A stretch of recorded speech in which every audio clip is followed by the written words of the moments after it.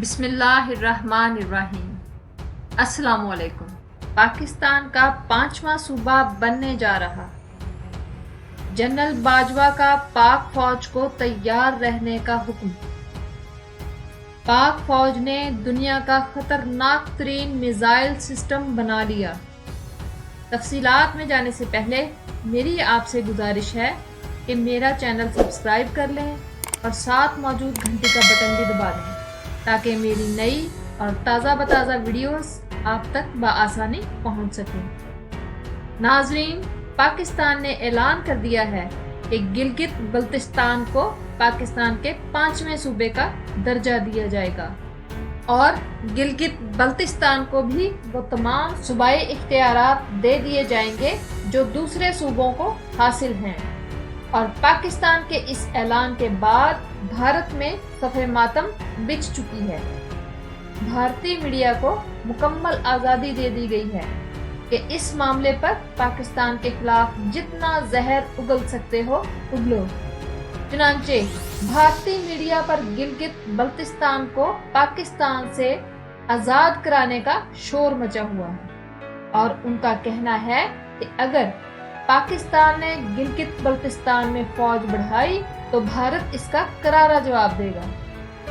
नाजरीन, भारत जो गिलगित बल्तिस्तान पर दांत जमाए बैठा था, पाकिस्तानी सरकार के इस फैसले ने इसके दांत खट्टे कर दिए हैं। भारत दरअसल रॉ के जरिए मकामी लोगों को पाकिस्तान के खिलाफ भड़काने की कोशिश कर रहा था और पाकिस्तान दुश्मन अनासिर को फंडिंग कर रहा था। उसका मकसद ये था कि गिलगित बल्तिस्तान में बगावत के बीज बोए जाएं ताकि जब इंडिया हमलावर हो तो मकामी लोगों के दिलों में पहले से ही पाकिस्तान के खिलाफ नफरत मौजूद हो और लोगों का रद्द अमल इस हमले के खिलाफ ज्यादा सख्त ना हो।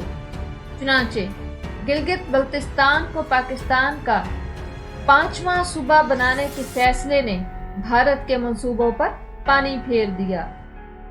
दूसरी तरफ सूबाई इख्तियारात मिलने पर वहां के लोगों को न सिर्फ उनके हुकूक मिलेंगे बल्कि उनका म्यार जिंदगी भी बुलंद होगा।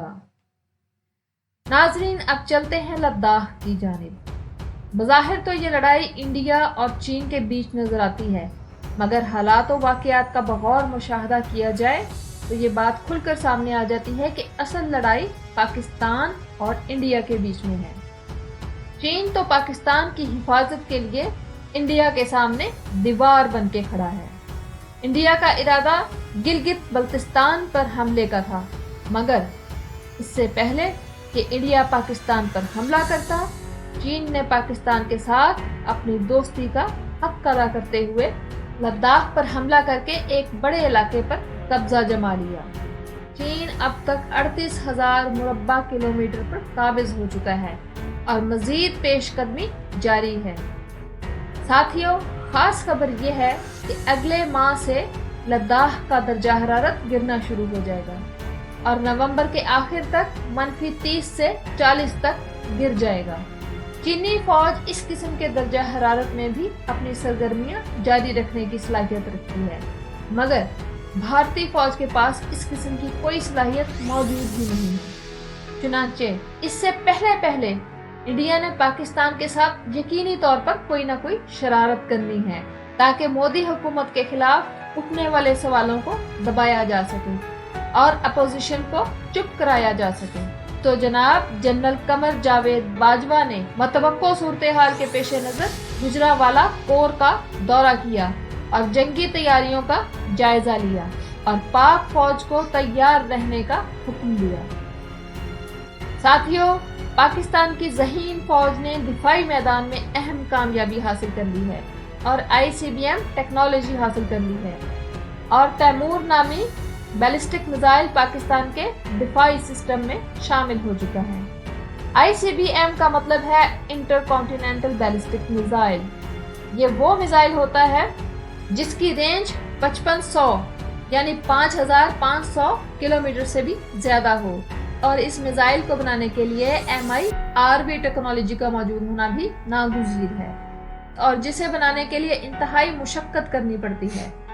और पाकिस्तान ने यह टेक्नोलॉजी तभी हासिल कर ली थी جب پاکستان نے ابابیل نامی خطرناک بیلسٹک میزائل کا تجربہ کیا تھا، اور اب پاکستان نے تیمور نامی بیلسٹک میزائل بھی تیار کر لیا ہے، جس میں ICBM اور MIRV دونوں ہی ٹیکنالوجیز استعمال ہوئی ہیں۔